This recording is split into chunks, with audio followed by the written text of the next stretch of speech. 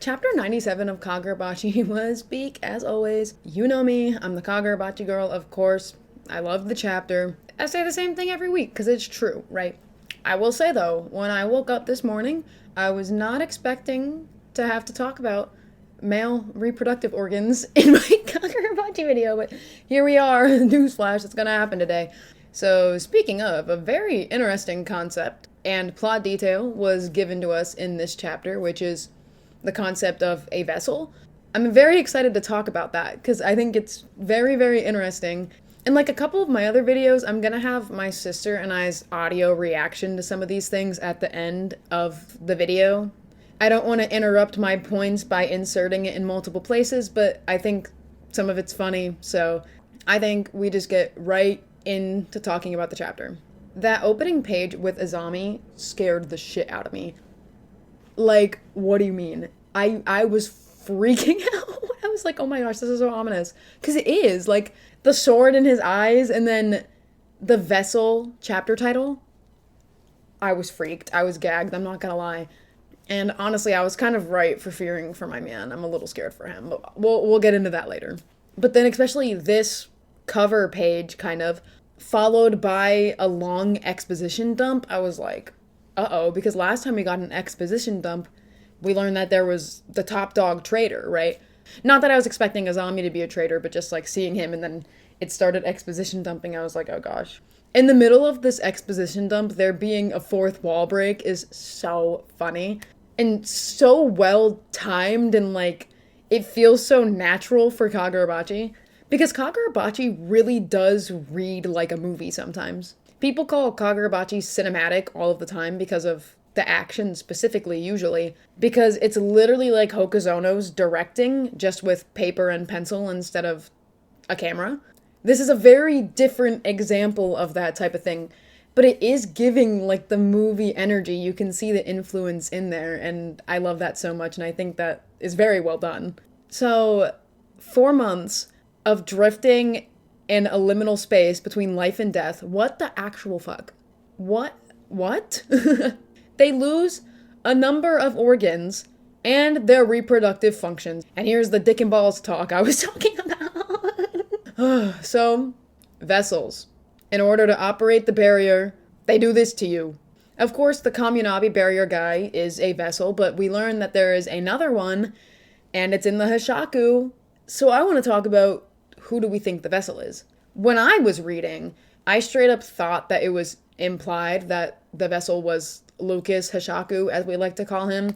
Some people like to call him P-Shaku, Piss-Shaku, Carlos. My buddy Glow calls him Dale. What the fuck? Anyways, whatever you want to call him.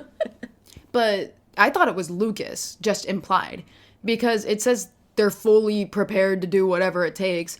And then it cuts to Lucas right after that line for the first time since 4 chapters ago.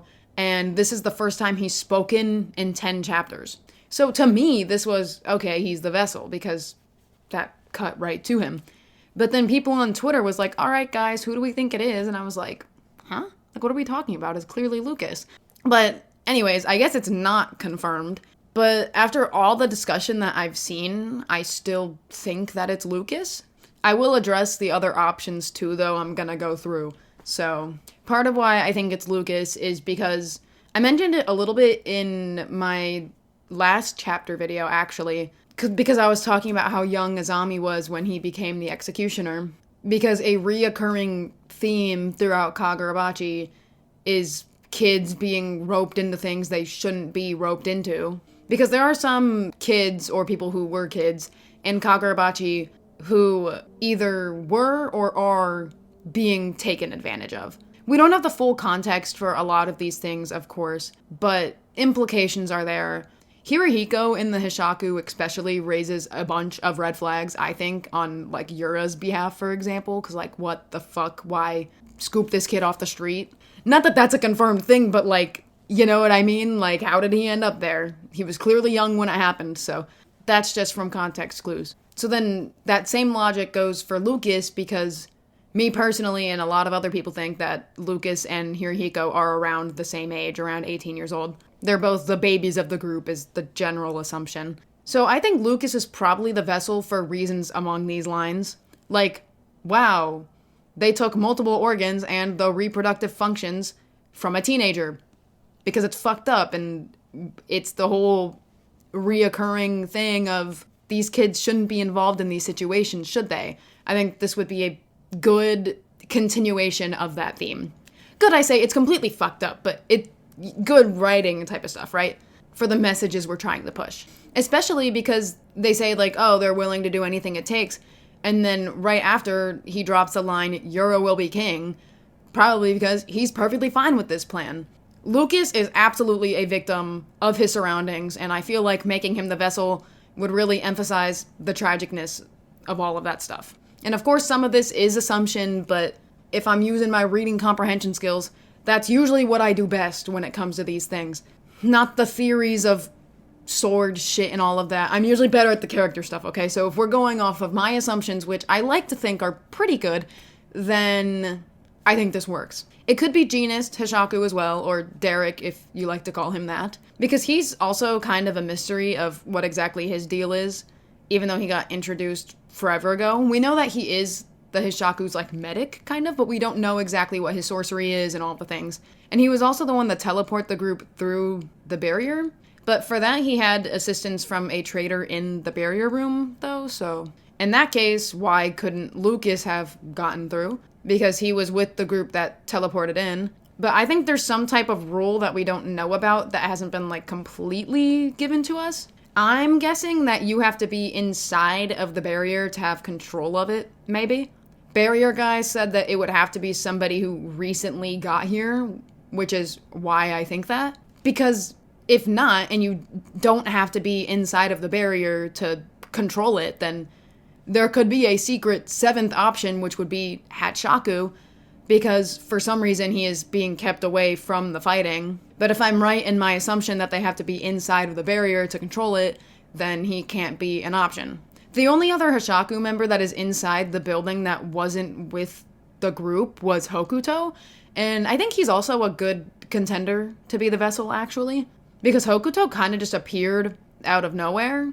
But then if you need to be inside of the barrier to control it, then he couldn't just break through. He got in somehow. We still don't know. But if you have to be inside of the barrier to control it, then it wouldn't have been because of that. Also, I feel like Hokuto kind of fights a little too recklessly to be trusted with this ability, honestly. Because if they need the barrier control for this plan, then I don't think he's the most reliable person to give it to, considering he's busy running around getting his hands chopped off. Also, I feel like Hokuto fucks. I feel like he fucks. Okay? Like, he gives me that energy, okay? And if he lost his reproductive functions, then he wouldn't be able to do that. That sounds like crazy reasoning, but, like, tell me I'm wrong. I dare you. And it's not just because he's hot, I swear. I don't think it's Uran simply because of vibes. I'll be real. Vibe check, I don't think it's her. Same with Bingo. So now circling back to Lucas. According to Yura, Lucas is the strongest fighter in the Hishaku. So giving him control of the barrier could make sense because he can clearly be trusted to keep himself alive, to keep control of the barrier if he is actually the best fighter, like Yura said. So I still think it's Lucas. And then that could be how Hokuto got in, because Genist got them in originally, and then Lucas controls the barrier, Hokuto gets in, boom. But also, I think Hokuto could be a good option for the vessel as well. And then Genist is probably third in contention, I would say. I'd bet $50 and my reproductive functions on Lucas being the vessel. People have made jokes on Twitter about that's why Lucas couldn't pee in chapter 87, because he doesn't have his dick if he was the vessel, but it says reproductive functions, not reproductive organs, and peeing is not a reproductive function. So I agree that it is Lucas, but not because he couldn't pee, as funny as that is. He's not Okarun, he's still got his dick and balls, and he can piss. That's not a reproductive function. He just couldn't pee because he was nervous. And it is absolutely fucked that a Hishaku member had to give up all of these things in order for this plan to happen. But it's also fucked that a Kamunabi member had to do this. Like, what the hell? I mean, like, at least they get promised a cushy life after 10 years of service. The Hishaku were only getting paid with $50 and a lighter. But it's still fucked that the Kamunabi people have to do this too. Like, we couldn't have thought of anything else. Like, do we really need to keep other people out that bad? Clearly it wasn't that great of a plan anyways. Like, how'd that work out for you? You've got another person who can control it. Whatever. We're done with the vessel talk, and now it is Azami and Yura time. Woo. The paneling here with the centipede spiraling down, peak. So good. And then I also find it interesting the I'll bring order to this nation, and then circling back to Yura will be king. Like, what does this mean? What do you mean by that? Why do you want to bring order to the nation? Why do you want to be king? Why do you not think there's order in the nation? I'm curious. Call me George. We get a government-mandated Aruha and Natsuki. What's up, guys? What's up, lovebirds? How you doing? Clearly not great, but at least you have each other. And there's my government-mandated Fujoing. Holy fuck, Azami, your eyeball. What the hell? This panel is so cool. I love my husband, Azami, very much. But my man is worried about the wrong thing. He is worried about his muscles and his bones, but like, buddy, I don't think your eyeball's quite right. It's ginormous. I'll buy us all the time I can. Just get here before I die. Okay, so we all agree Azami's going to die, right? I hate to say it. I hate to say it so much, but like, it's not looking good. And there's all this, Samura dies in 3, Samura's gonna die, blah, blah, blah, Azami's gonna die. Shiba is going to be late to saving one of his buddies again. Like, that's what we're getting. That's what's gonna happen. There's too much potential there. There's too much angst potential there that I feel like there's no way it doesn't happen after he dropped that bar. I think we get 2 things. A, Shiba dies way later in the series, and to him, it's kind of like he's the last to join his trio in death type of thing, which is so sad. We don't want Shiba to die, but also it's like he's joining his friends, very bittersweet. It's very much like he feels like he shouldn't have been the last one, but he is. But now he's like making things right, kind of, and he's gonna be with them. Ugh. Or B, Attack on Titan spoilers for a moment. He pulls a Levi Ackerman, okay? And he somehow survives throughout the whole entire series. And all of the peers from his time, or most of them, are dead. And then he is almost punished by living through it all, even though all of his friends are dead. Let me cook. I don't know. Okay? And this last panel is so awesome. It does like the thing, you know? It does the thing. What is the thing? Like, is there a name for this? Because this style it's been done before, and it's so good. Like, it happens in One Piece, it happens in JJK. What is this called? Can we have a name for this? Like, it's so cool. So, predictions for next chapter. I think it's gonna be kind of similar to this one. Maybe not the whole lore dump thing, but I think we're gonna stick with the same groups. I think we're gonna be fighting the Hishaku members. At this point, I think that Chihiro, Samura, Shiba, and Hiyuki will come in chapter 100, probably. Definitely not before that. And possibly after, because I don't think we're gonna fully kill one of the Hishaku members in 2 chapters. We'll see. Like this video. Like you like Kagurabachi. Like I like Kagurabachi. Yeah. Like this video like you like your reproductive functions. Yeah. Comment down below. I love comments.